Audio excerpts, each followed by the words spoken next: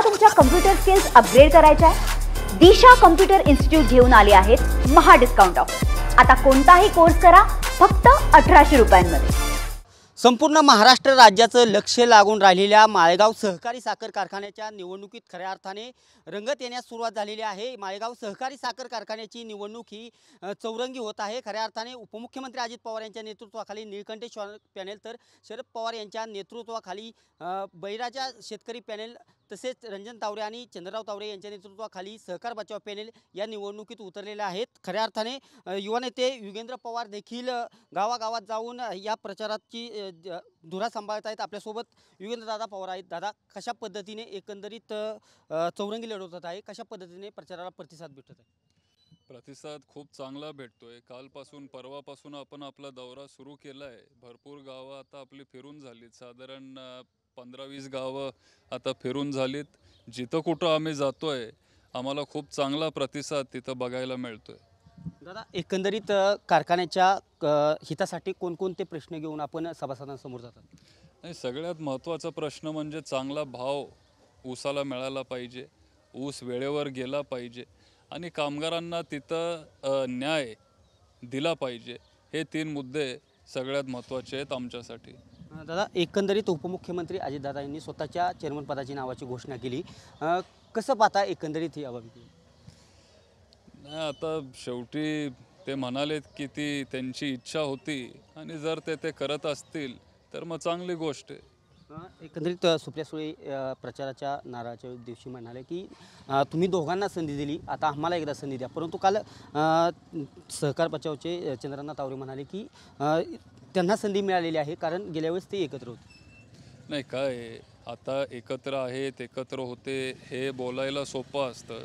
एकत्र कोण होतं हे तुम्हालाही सगळ्या पत्रकारांना तालुक्याला माहिती आहे। हे दोन्ही पक्ष जे लढतायत एकमेकांसोबत, दोघं पण महायुतीचे हे घटक आहेत, दोघं पण महायुतीमध्ये काम करतात। विधानसभेला लोकसभेला त्यांनी एकमेकांना मदत केली हे अख्ख्या तालुक्याला माहिती आहे। त्याच्यामुळे एक आहेत वगैरे हे लोक सगळे सभासद हुशार आहेत, त्यांना माहिती आहे की कोण कुणाच्या बाजूने आहे।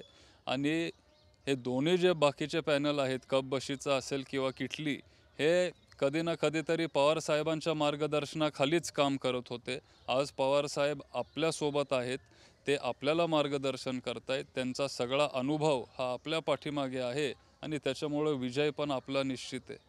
दादा, एकंदरीत जी टीका टिप्पणी किंवा आरोप प्रत्यारोप दादांचे न चंद्रनाथ तावरेचे अगदी साखर भिजली अनेक मुद्द्यांवर होत आहे। सध्या हे अगदी खालच्या पातळीवर टीका टिप्पणी होत आहे, कसं पाहताय?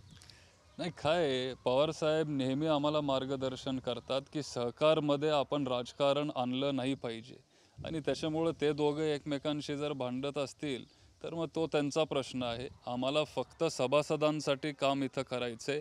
आम्हाला जास्तीत जास्त दर कसा देता येईल, नवीन प्रकल्प आम्हाला इथं कसे आणता येतील।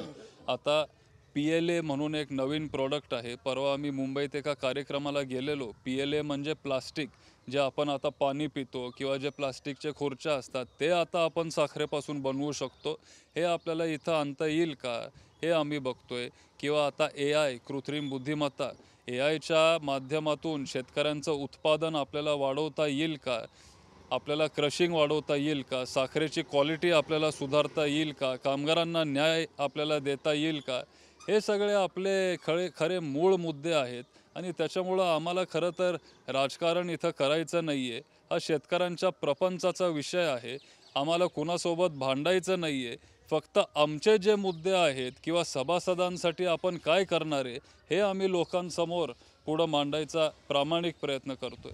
अगदी विरोधी पॅनेल असेल, आरोप प्रत्यारोप होताना यातून अशी एक बाब म्हणते की विरोधक देखील म्हणतात माळेगाव कारखाना देखील पवारसाहेबांच्या नावाने ओळखला जातो। खरं आहे ना, पवारसाहेबांच्याच नावाने हा कारखाना ओळखला जातो। गेले 50 वर्ष पवारसाहेब या कारखान्यामध्ये लक्ष घालतायत। पवारसाहेब स्वतः या कारखान्याचे सभासद आहेत, सुप्रियाताई स्वतः या कारखान्याचे सभासद आहेत। पवारसाहेबांनी कधीच कुठला स्वतःचा खाजगी कारखाना काढला नाही। जे काय ते करत आलेत ते फक्त आणि फक्त माळेगाव, सोमेश्वर, छत्रपती आणि महाराष्ट्राचे जे सहकारी कारखाने आहेत त्याच्यासाठी ते झटत आलेत, काम करत आलेत। एकंदरीत दादा, खऱ्या अर्थाने उपमुख्यमंत्री अजित पवार आता 3 दिवसामध्ये 12 सभेचं आयोजन केले? आता शेवटी तो त्यांचा प्रश्न आहे, त्यांच्या पक्षाचा प्रश्न आहे. जर त्यांना वाटत असेल की 12 सभेंची त्यांना गरज आहे तर मग करू दे. एकंदरीत आता 22ला मतदान होतं आहे, 24ला निकाल लागत आहे. कितपत आपल्याला खात्री वाटते विजय संपादन? नाही, जर आम्हाला खात्री वाटत नव्हती तर आम्ही एवढं ताकदीने उतरलोच नसतो. आज शेवटी पवारसाहेब आमच्या पाठीमागे आहेत. पवारसाहेबांचा चेहरा आमच्यासोबत आहे. आपलं चिन्ह पण तुतारी आहे आणि 100% आम्हाला खात्री आहे की आमचे 20 ते 20 उमेदवार तिथं निवडून येतील आणि उद्या कारखान्याचे चेअरमॅन पण आपलेच होतील.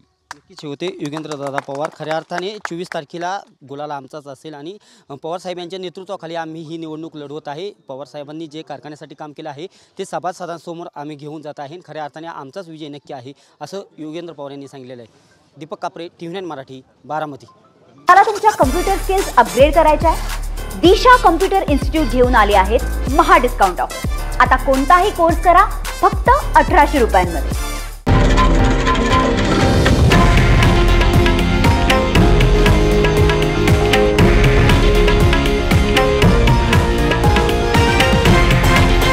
हे आहे देशातील नंबर 1 न्यूज नेटवर्क आणि आपण पाहत आहात TV9 मराठी, एकमेव.